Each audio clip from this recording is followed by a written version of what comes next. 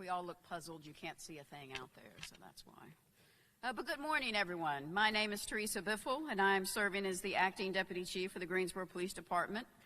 On behalf of the Greensboro Police Department, I would like to welcome you and thank you for coming to celebrate the swearing in of our 24th Chief of Police, John Warren Thompson.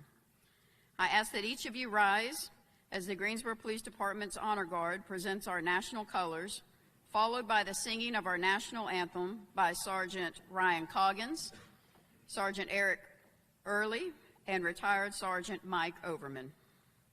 Once the Honor Guard has formed on stage, the team leader will give the order to present arms. It is the protocol of the Greensboro Police Department that members of our agency place their right hand over their heart, and we would be honored if you would join us in doing the same.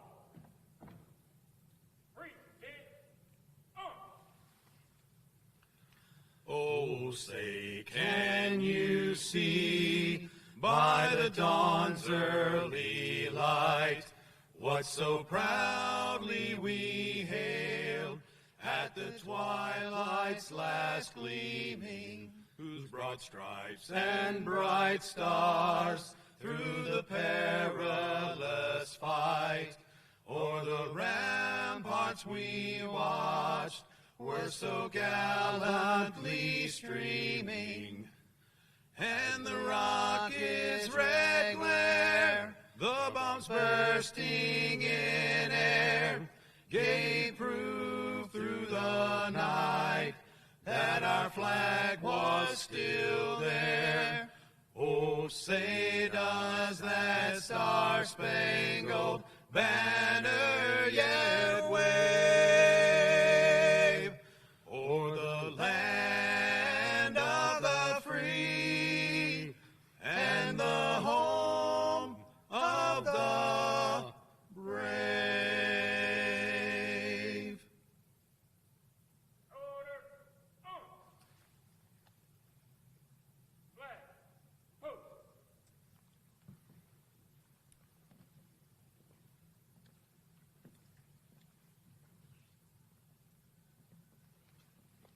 Ready, shoot.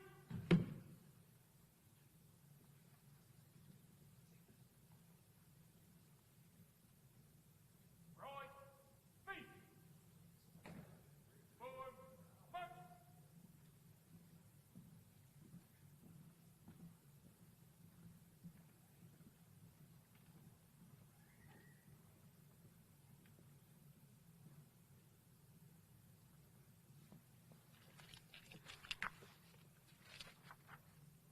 Thank you, Sergeant Coggins, Early, and Overman. If you would remain standing at this time, Reverend Dr. Clay Barrow, a member of the Police Department Chaplains and Faith Action Council, will join us on stage to offer the invocation.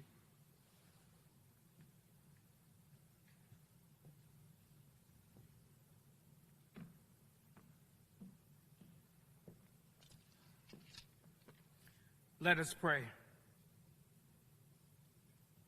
O God, our help in ages past, our hope for years to come, our shelter from the stormy blast, and our eternal home. Eternal and all-wise God, we give our honor as we glorify your holy name. With thanksgiving, we come before your throne of grace and mercy as we invoke your presence and protection upon our newly elected Chief of Police, John Thompson, and upon all those who are called to protect and to serve. Thank you for this occasion, and thank you for this moment in history, whereby we may partake in this most blessed occasion set aside by you for such a time as this. As you endow your heavenly wisdom and commitment to justice on our chief, let us remember and embrace the peace prayer of St. Francis of Assisi. Lord, make me an instrument of your peace. Where there is hatred, let me sow love. Where there is injury, pardon. Where there is doubt, faith. Where there is despair, hope. Where there is darkness, light. Where there is sadness, joy. O divine Master, grant that I may not so much seek to be consoled as to console, to be understood as to understand, to be loved as to love. For it is in giving that we receive. It is in pardoning that we are pardoned. It is in dying that we are born to eternal life. Hear our prayer, O Lord, and grant us your peace. Now unto him that is able to keep us from falling and to present us faultless before the presence of his glory with exceeding joy. To the only wise God, our Savior, be glory, majesty, dominion, and power, both now and forever. Amen.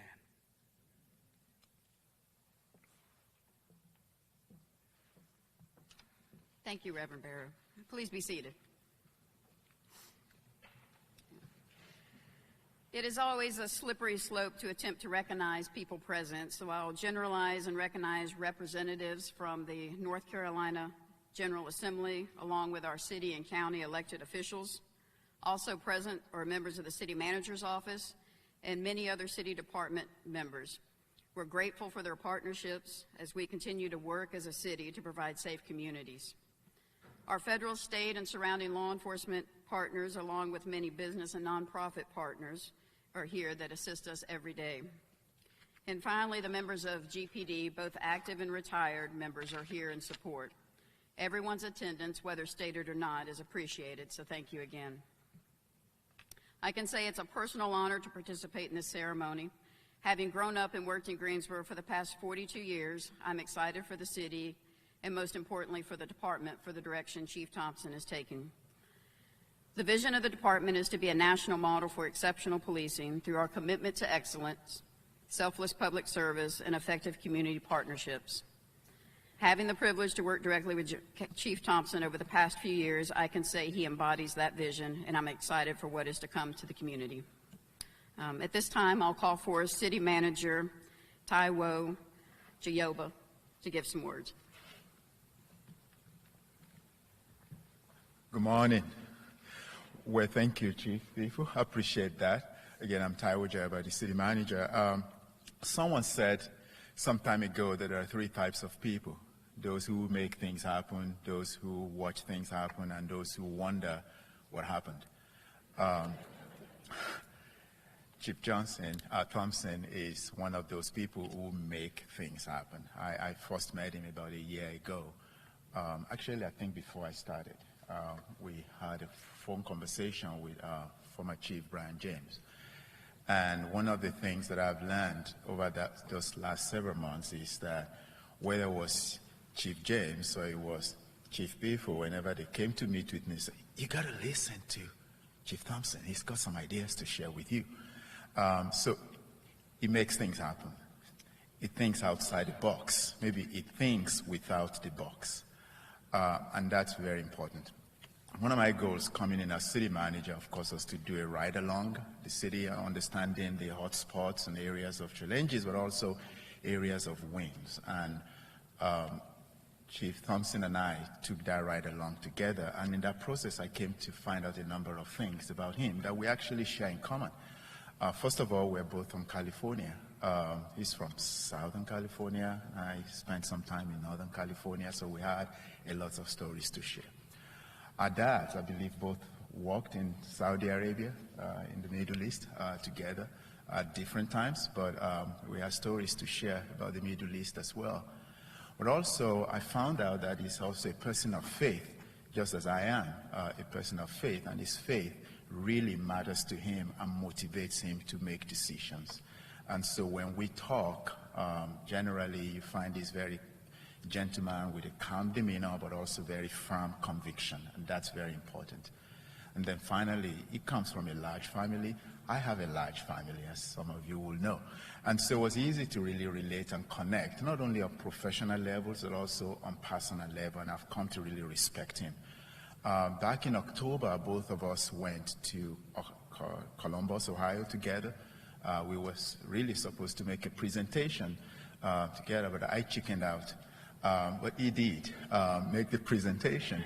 When I spoke to some of my colleagues who attended the session, they said, you're very lucky that you have someone on your team who does think this way. So we have a police chief who thinks outside the box about how to keep us safe, how to keep our city going, and definitely puts me as a city manager at ease, and that I can go to bed and you all can go to bed knowing fully well that you have somebody who not only has a conviction of faith, but also runs to win and wants to do the right things to keep us safe. So congratulations to you, Chief Thompson. Really happy we're on the same team. Congratulations to your family, and congratulations to the brotherhood of police officers and, who are here today. Thank you so much for what you do to keep all of us safe. Thank you so much for what you do that we can go home at night knowing fully well that some of you are watching over us while we are sleeping. So once again, congratulations to you and your team, and I appreciate the opportunity to be here today. Thank you.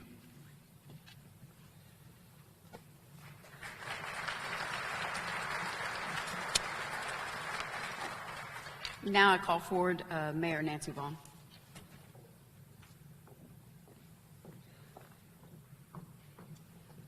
Good morning.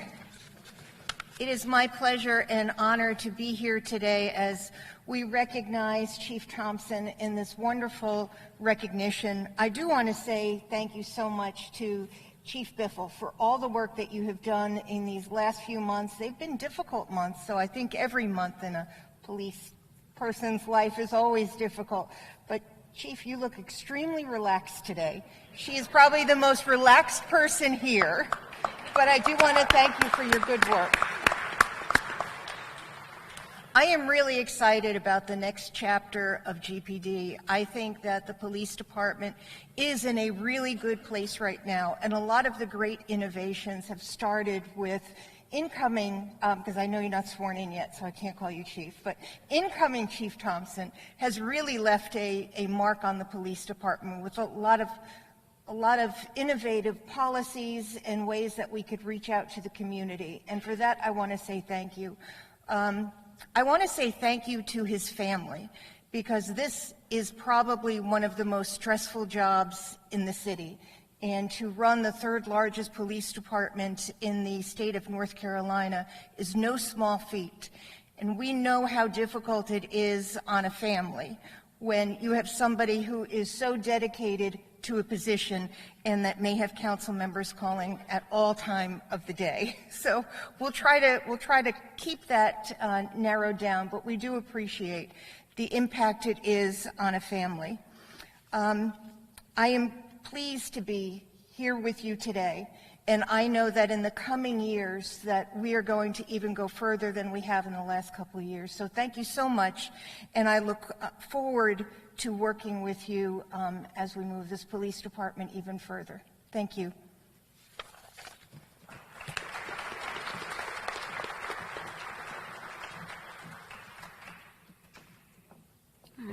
Assistant City Manager Trey Davis will offer some remarks before presenting the warrant for promotion and badge of office. Good morning, everybody. This is supposed to be a swearing-in ceremony, but I'm wondering if I can take a moment to roast Interim Chief Biffle. I'm sure most of you would like that. But no, this day is about John, but I would be remiss if I didn't recognize Teresa Biffle for what she did stepping up for this department. I can tell you all that she did not disappoint. She fought me every step of the way, literally. But most impressive to me was that, you get different. We know in the police world, when people step into interim roles, you wonder, are they just going to sit and wait that time out? Are they just going to not do anything? But let me tell you, she jumped in and she laid the ground for where we are today. She fought for you all, tooth and nail, and continued to advocate for this department, moving this department in a direction. And I'm really excited about what she did and happy for what she did, and I will be forever appreciative. So please join me in giving her a hand.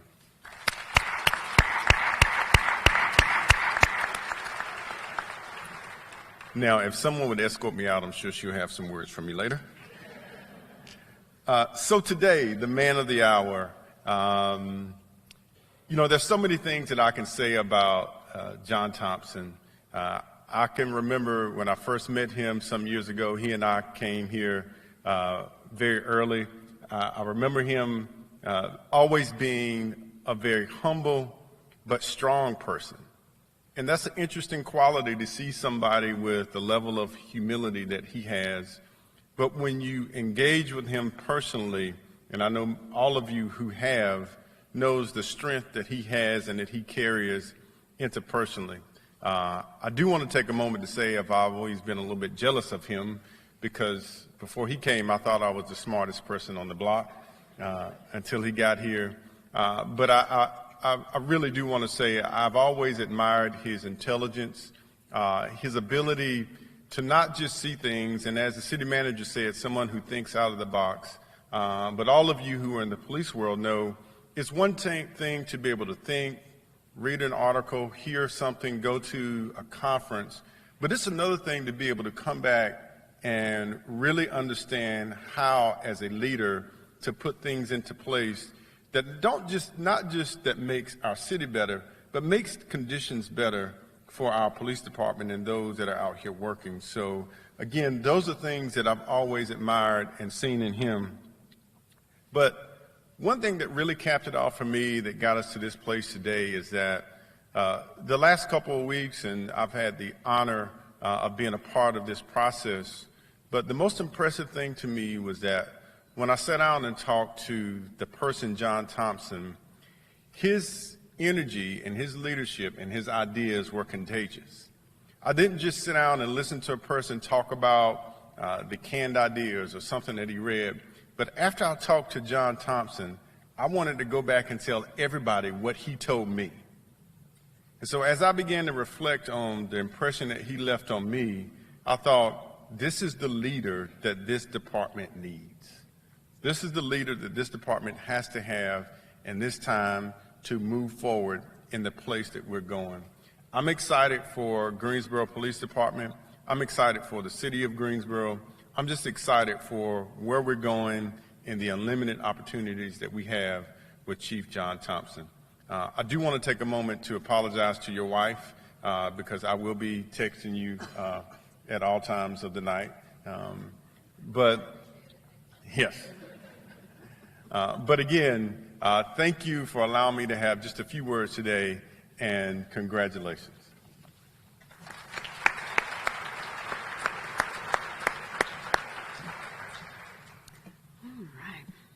If Chief Thompson's wife, kids, parents, and extended family will please join us on stage for the presentation of the warrant of promotion and pinning of the badge.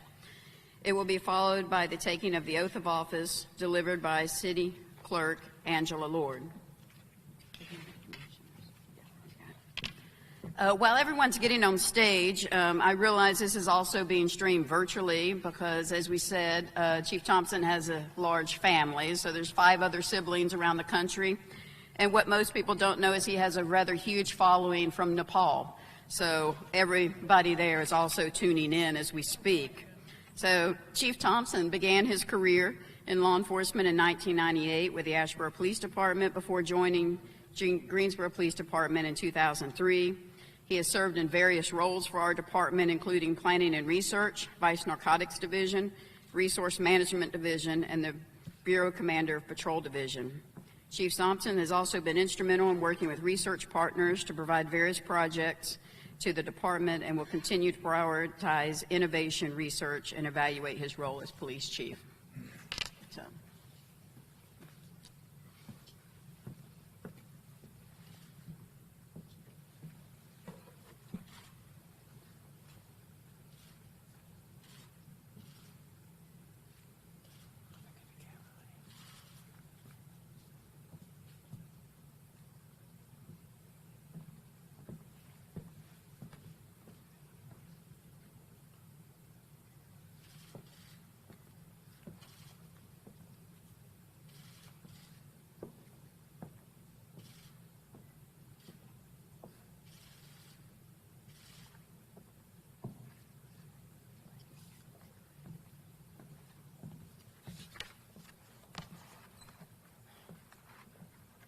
If you will place your left hand on the Bible and raise your right hand and repeat after me, please.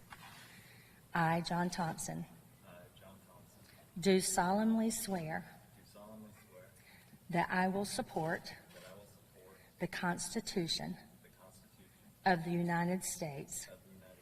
So help me God. I do further solemnly and sincerely swear that I will be faithful and bear true allegiance to the state of North Carolina and to the constitutional powers and authorities which are or may be established for the government thereof, and that I will endeavor to support, maintain, and defend the Constitution of said state,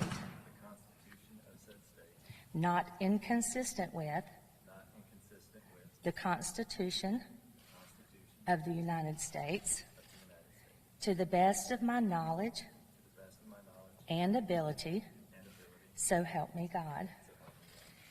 I do further solemnly swear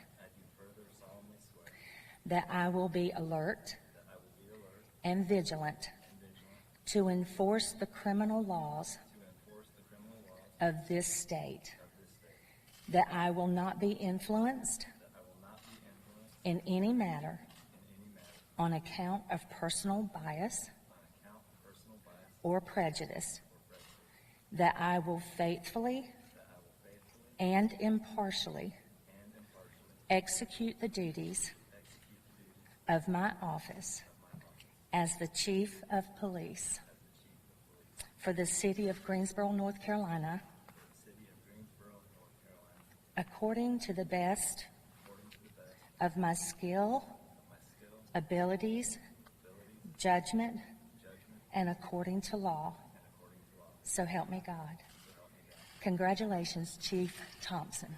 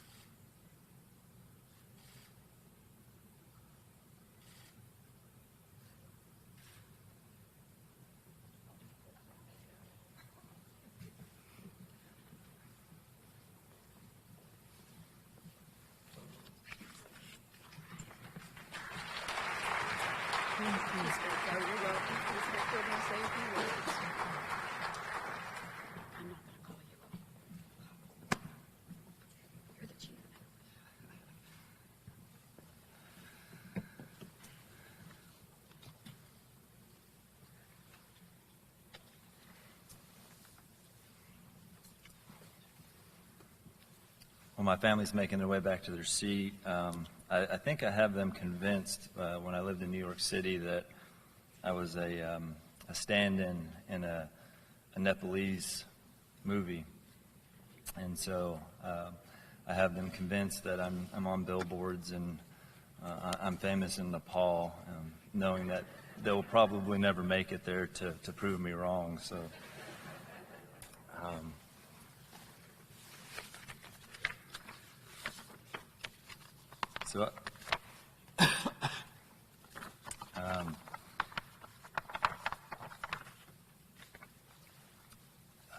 today, I've thought back on my career, and I can actually remember my first call I ever went to as a police officer. I was at the Asheboro Police Department, 22 years old, riding with the training officer. And the first call I go on was for an individual that had legal papers. They were wanted. I couldn't tell you if they were wanted for missing court on a traffic ticket or if it was for murder. I have no idea what it was for. I just know that it was my first call, and I was extremely nervous at the time. So my training officer takes me to the house. We get out. He walks me to the back door, and he says, I'm going to walk around to the front door and knock on the door, and you stand back here. If he runs out, arrest him. Okay. At that point, just thoughts running through my head of, I don't know what that means. What am I supposed to do? All of a sudden, my heart's racing.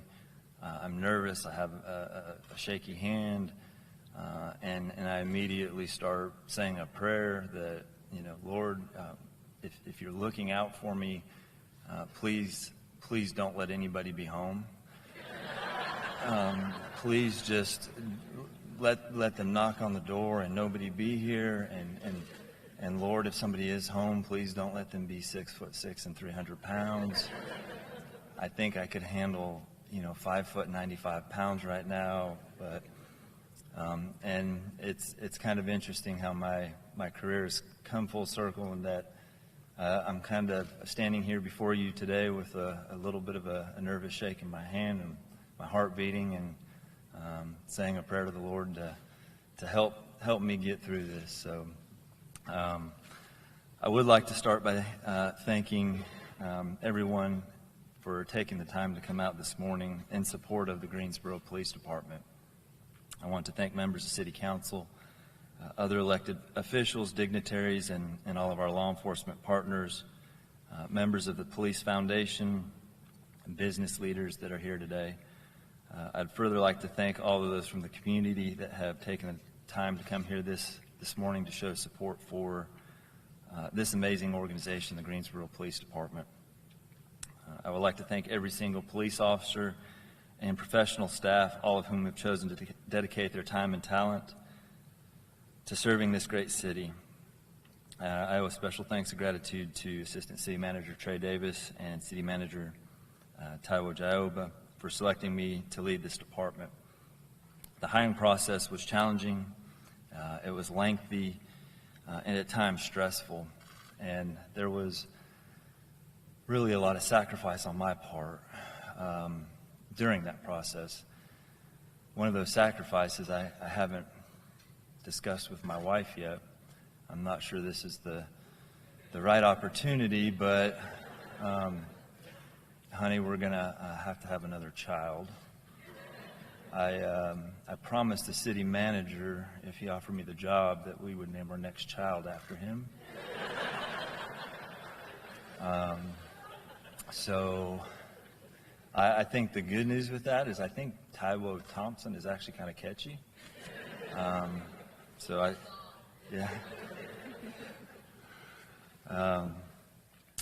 as I stand here today, some people in the community that don't necessarily know me as an individual, as a person, are probably wondering kind of who this person is. Standing in front of them, willing to take on this role as chief of police in a time that's challenging for the law enforcement profession.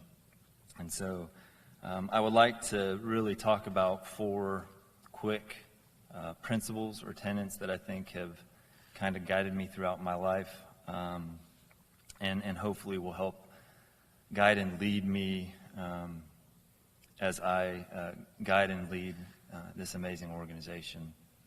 Before I get into that, it's funny because I like to tell people that I'm an open book. If you ask me a question, I'll give you an answer, but I'm not going to volunteer any information and just kind of tell you without you asking, so you kind of have to work for it. But here's some information that probably the majority of people I work with don't know. So I was born in the state of Washington. When I was young, 4 or 5 years old, my family moved to California, where I was raised in Northern California. If you had a vision just pop in your head of me with long blonde hair, suntan, carrying a surfboard, saying dude all the time, you would absolutely be correct. What you see before you today is the result of a 24-year law enforcement career and 7-year-old twins. So probably not the best for a recruitment video to get into law enforcement. I graduated Milltown High School. After graduation of high school, I served as a missionary for my church. I'm a member of the Church of Jesus Christ of Latter-day Saints. I know we're not supposed to say Mormon anymore. We're identified as Church of Jesus Christ of Latter-day Saints, but many people affiliate that. I finished my mission in New York City and moved to the Charlotte area to be with family. And after that, had the opportunity to settle down here in the Greensboro area, where I worked for the Asheboro Police Department and then moved to the Greensboro Police Department. I have 8 siblings. There are 5 older and 3 younger. I have been married for 22 years to my wonderfully amazing, forgiving wife, Amanda. Hopefully I'll be married for at least another 22 years, or at least long enough to get Ty Jr. here. Meet that contractual obligation. I do have 7-year-old twins, Marin and Grayson. They're hoping to get a lot of likes on the YouTube video from coming up here on stage. As you can probably tell, most of my time is spent with family, either on the weekends with my children, attending events and activities here in Greensboro, or traveling to visit all my siblings who live in various parts of the country. I'd like to just touch now briefly on these 4 principles or tenets that I think have really influenced my life. First is compassion, and I think it's absolutely critical for law enforcement officers, and especially a leader of a law enforcement organization, to show compassion and to have compassion. And I don't know that I had a better example of that in my life than my mother. I don't know that I need to say any more than she raised 8 children. They all survived. We are, depending on who you talk with in the family, relatively well-adjusted. But my mother was always an example of compassion to us, the way she raised us in our family. And once we had all of the kids out of the house, those efforts turned to those around her in the community and the people that she knew. And so I don't think I have a better example in my life than my mother to demonstrate compassion. The next kind of principle or tenet is service. As law enforcement officers, it's part of our motto, to protect and serve. And I was fortunate enough to have a father growing up who instilled that principle in my life from a very young age, and is still practiced today in nearly every aspect of his life. So when growing up, my father, I can't remember a Saturday, Sunday, throughout the week where we weren't helping others in the community, whether it was hauling and splitting firewood, fixing houses, moving, you name it. My father either seemed to find it, or people knew that he was the resource to go to. and we were constantly engaged in service throughout our life. I had a friend in high school at one point who, excuse me, who in conversation, all the friends that I grew up with would always hang out at our house. One, we had a larger house with a number of family members we had.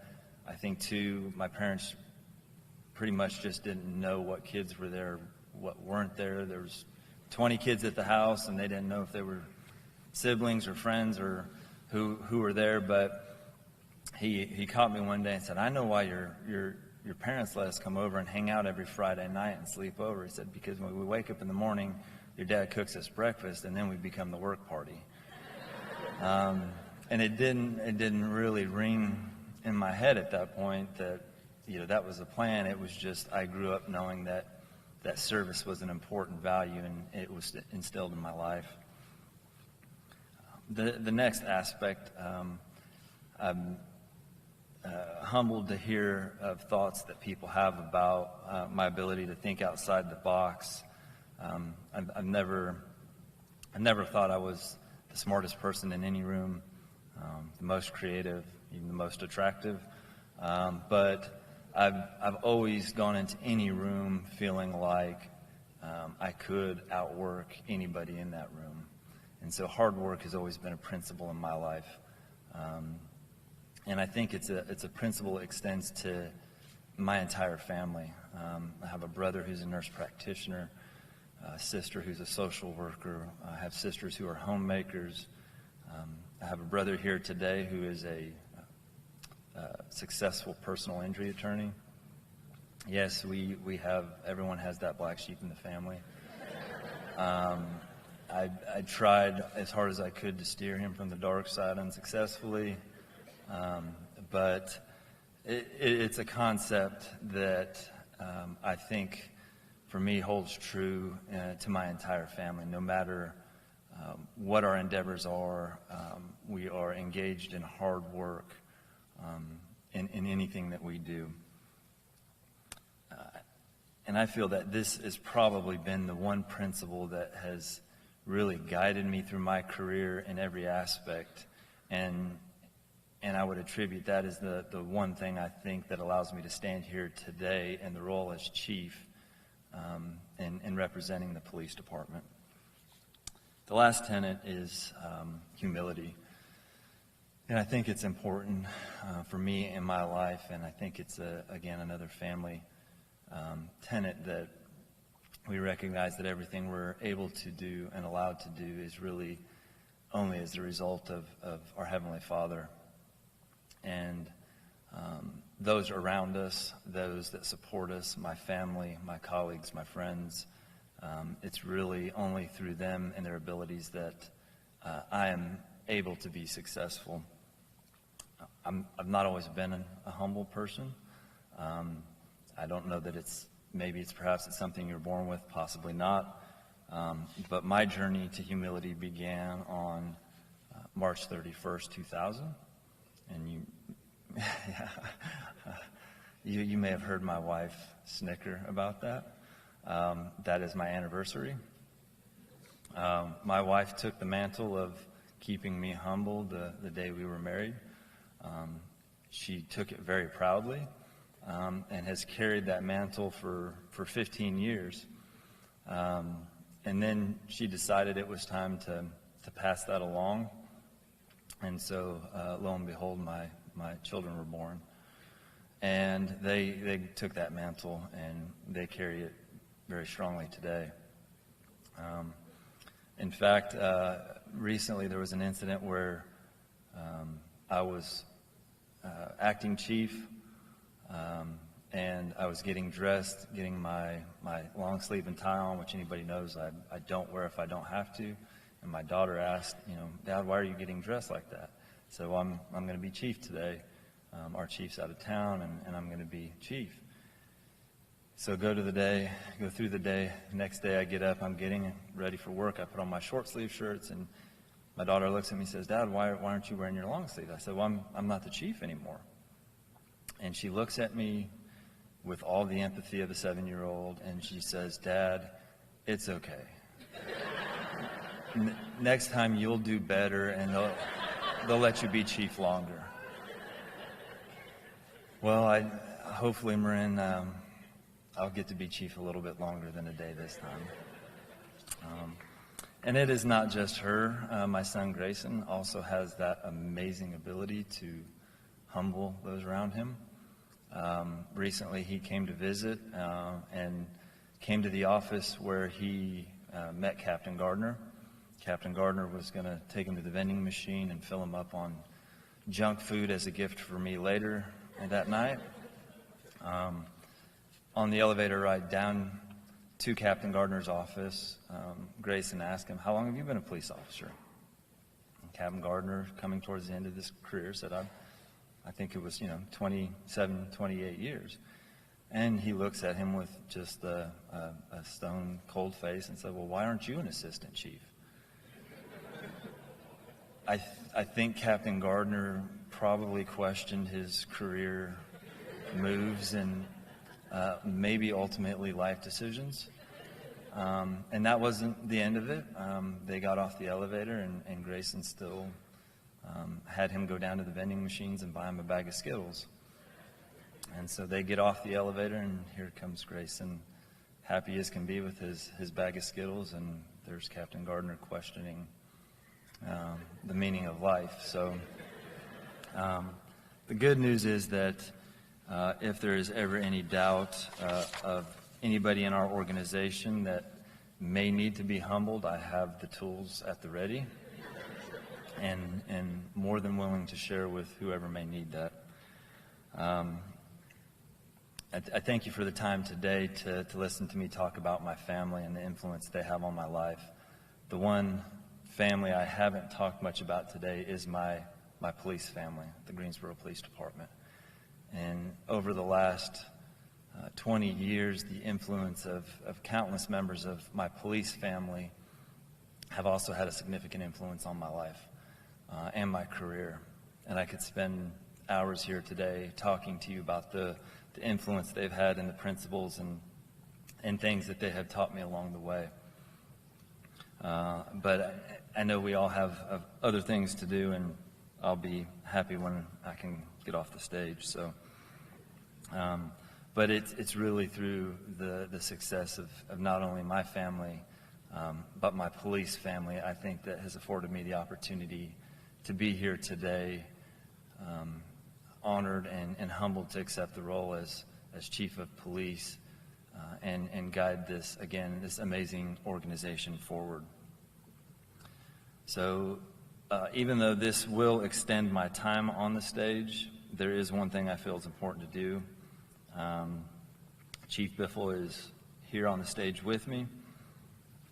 Chief Biffle took the oath to serve as our Greensboro Police Chief beginning on June 1st, after Chief James had announced his retirement. This was not an assignment she was expecting. She was not handed an easy job by any means. Law enforcement generally, and our department specifically, had been through a lot of challenges in 2020 and 2021. She would continue to lead us through more challenges in 2022. I don't think anyone understands the weight of being chief until you're sitting in it yourself, and she has certainly given me a few see what I mean looks over the past few weeks. I have no doubt I will be calling on Chief Biffle periodically and telling her I get it now. Chief Biffle was hired on April 16th, 1995, and has faithfully served this department in every way asked. Of course, as our interim police chief, she is one of the smartest people I know. In our work group, she always brings new ideas and keeps us laughing. I think a lot of people might not take such a temporary duty right before retirement very seriously. However, the opposite is true of Chief Biffle. I saw her wrestle relentlessly behind the scenes to make positive change in as many ways possible in her short time that she had. Most people won't ever know or understand everything she accomplished, worked for, or laid the foundation for. Chief Biffle, we have a small gift for you that I would like to present.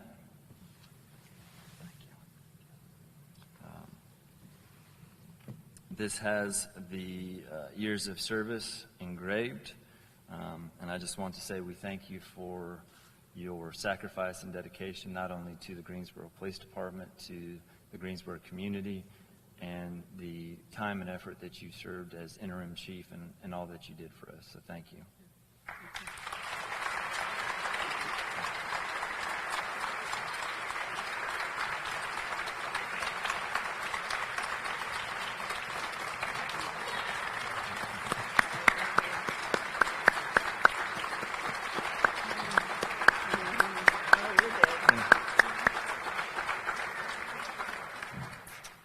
It's always good to share the pain or the spotlight, I guess some would say.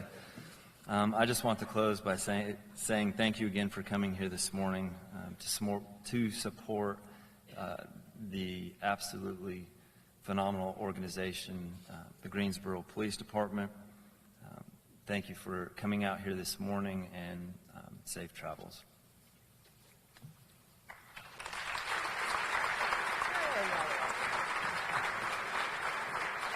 Let him know that. Thank you. And this is a day about Chief Thompson. So he will be briefly in the lobby to greet all the wonderful guests that came out to take their morning to celebrate this wonderful occasion. I think you can tell by his words we're going in a great direction, and we're really excited about what the city's about to get from our department that we give on a daily basis and into the future. So he will be in the lobby briefly before he spends some time with his family that needs to depart back to the various states around the country. So thank you again for coming.